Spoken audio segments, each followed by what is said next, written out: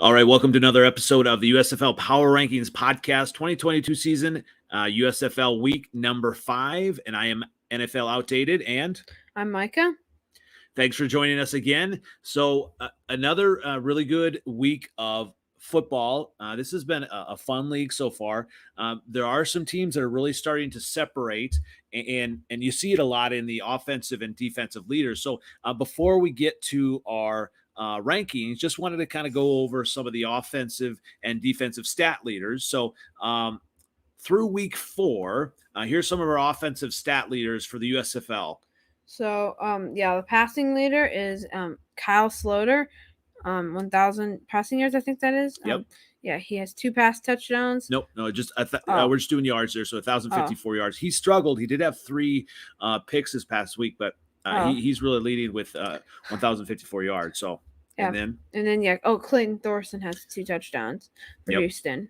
So Clayton Thorson then has the lead on passing touchdowns at 6 at the end there. So So Kyle Slaughter with the passing yards leader, and it's kind of how I put it though. So Clayton Thorson then out of Houston with 6 touchdowns passing through the year, and so the third one here is on the rush yards.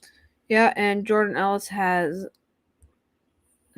347 for your New Orleans Breakers. Yeah, and so the fourth one, rushing TDs, Darius Victor from the Generals has 5 catching. He's got 4 rushing TDs there, and our number 5 offensive stat category leader is the receiving yards, and Sal Cannella. That was kind of a surprise with the Breakers. He's got 215 yards receiving this year. So I think that's going to go up a little bit. And then the 6th category we have receiving touchdowns. Who do we have there? We have DeAndre Overton. Yeah, to Philadelphia. Not surprising. He's 3. Yeah, so it's interesting to see, some of these players that are right up there. So let's kind of go down to the defensive league leaders through week 4. So with interceptions, we have Channing Stribling for Philadelphia. I believe he has 4 interceptions. Yeah.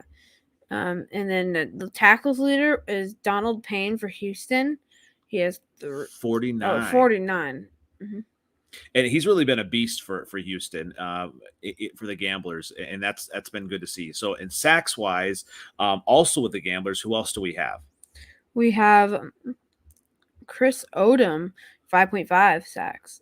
Yeah, so really the Houston Gamblers, their defense is really stepping it up, and unfortunately it hasn't really paid off in the wins and losses. But we'll kind of see here coming up, as we kind of look at the power rankings for this week. So we can kind of get right into it. Who do you have at number 8? Not a surprise, right? Pittsburgh Mallards, last week's ranking, number 8. Yeah, 0-4 record, the lowest total points, I think. Maybe not. Yeah. Pretty much down there. 39 total points. They averaged 9.7 points per game. Bad offense and terrible defense. Yeah, it's really tough to see. You want to see a team do well, but they just are not performing for whatever reason. I like their coach. I like all everything there that they have. I just don't know if they have all the players. So they're at number 8. No surprise. Who do you have at number 7? Number 7, Houston Gamblers. Last time's ranking, 7. Yeah, they're 1-3, 87 total points scored. Poor defense, tied for most points allowed in the league. Yeah. Yeah, and they just can't capitalize on turnovers forced. So they really capitalize, or they really forced 4 touchdowns versus Kyle Slaughter this week, but just couldn't do anything with them offensively, and that's really showing in the wins and losses there. Mm-hmm. Yeah. So only averaging 3.4 yards per play. That's not good at all. I would have actually, with how well, I would have had them at number 6, but I can't complain with you having number 7 here. Who do you have at number 6? Number 6, Michigan Panthers. Last week's ranking, number 6. I have them here, even though they're 1-3. I have them, and the field goal was if they made that, they would have won. That's the only reason they're not number 7, because they should have won the game. Honestly, no one was expecting that. That was stupid. They need to get it. I mean, don't mean to come off as rude, but they kind of need to get an actual competent kicker. Yeah, and something about Jeff Fisher for NFL fans, longtime NFL coach Jeff Fisher really went conservative there on the team on the 3-yard line and just went for the field goal and thinking that it was a gimme. And we've seen in the USFL this year that kicking is not a gimme. You don't always know. And so a 21-yard field goal, Michael Carrizosa missed that, and it was just kind of a heartbreaking loss for the Panthers. I mean, they've been great on defense and all that. I would have had them at 7 and flipped, but I can see why they're here at 6. They still have some promise. They're even at 1 at 3. Yep, and the next one is number 5, Tampa Bay Bandits. Last week's ranking 4. I have them here because they had a tough loss. They were shut out in the second half with four 3-and-outs and only 2 wins, and those were against the bottom 2 teams. And they came into this league as one of the favorites for the league, and they're just not playing up to their potential.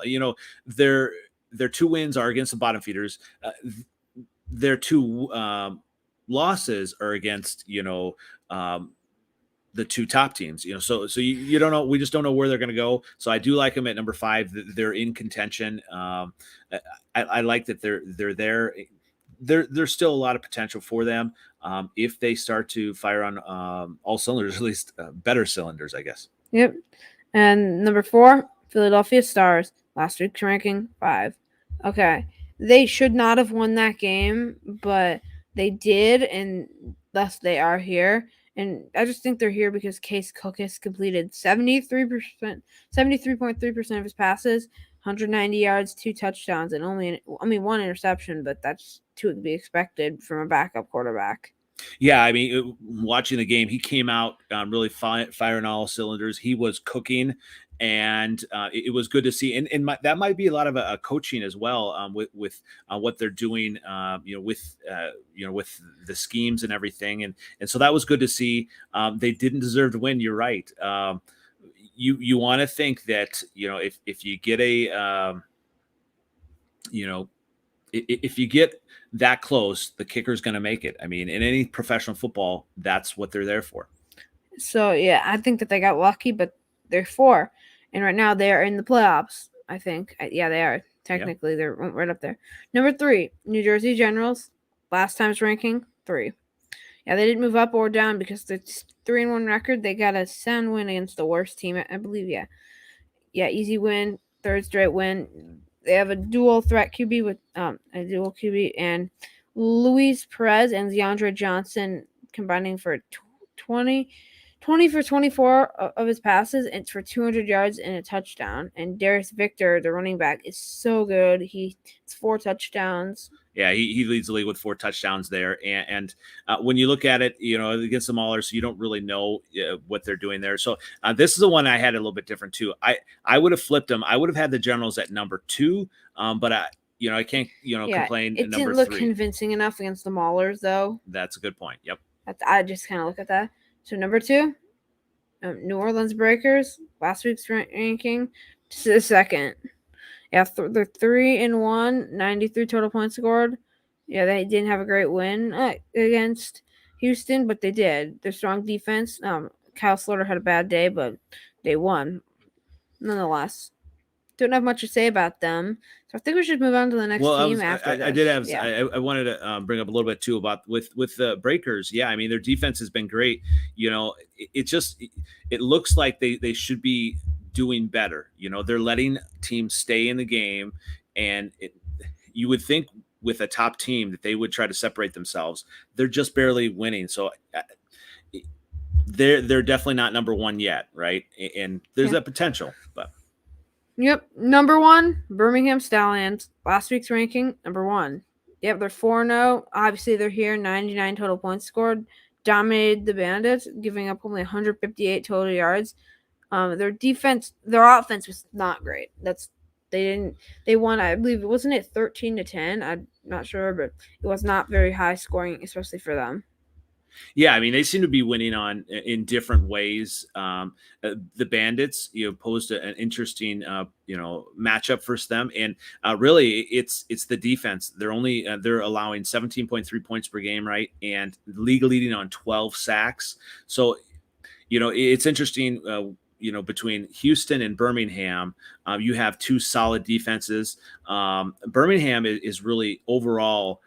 You can tell they're the cream of the crop, and we'll see. If they can continue to sustain this, but they're really. I mean, that second half, 36 yards only. I mean, that's amazing, and that is winning football right there. Yep, and that will wrap up us.